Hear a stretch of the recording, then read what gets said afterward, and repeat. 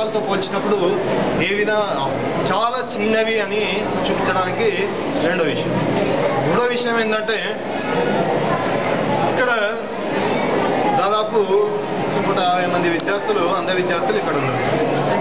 ప్రభుత్వం వీళ్లకు రావాల్సినటువంటి గ్రాంట్ ఈ సంవత్సరం ఇంతవరకు విడుదల చేయలేదు. మల్టీనేషనల్ కంపెనీస్కు అంటే పెద్ద పెద్ద పారిశ్రామిక కంపెనీల పరిశ్రమలకు ప్రభుత్వం ఇచ్చే గ్రాంట్ అంటే సబ్సిడీలు దాదాపు 1,00,000 కోట్ల రూపాయలు. వాళ్లకు ఇవ్వడానికి మాత్రం గ్రాంట్స్ ఉంటాయి, కానీ ఇక్కడ ఈ విద్యార్థులకు ఇవ్వడానికి మాత్రం ప్రభుత్వం గ్రాంట్లను రిలీజ్ చేయకపోవడం అనేది చాలా ఖండించదగినటువంటి విషయం. వీళ్ళు ఆ గ్రాంట్స్ లేవనుకోండి, ఇక్కడ స్కూలు మూతపడాల్సి వస్తుంది. తర్వాత విద్యార్థులంతా రోడ్ల మీద అడకదినాల్సి వస్తుంది.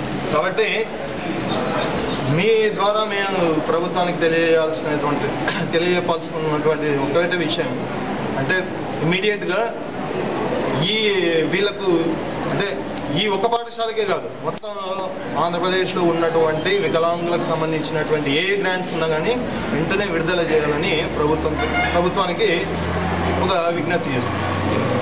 మూడవది ఏంటంటే మా విద్యార్థులకు అంటే కేవలం వాళ్ళ గురించి మాత్రమే ఆలోచించుకోకుండా సమాజంలో పక్కవాడి గురించి ఆలోచించాలంటే పక్కవాడి ప్రాబ్లమ్స్ గురించి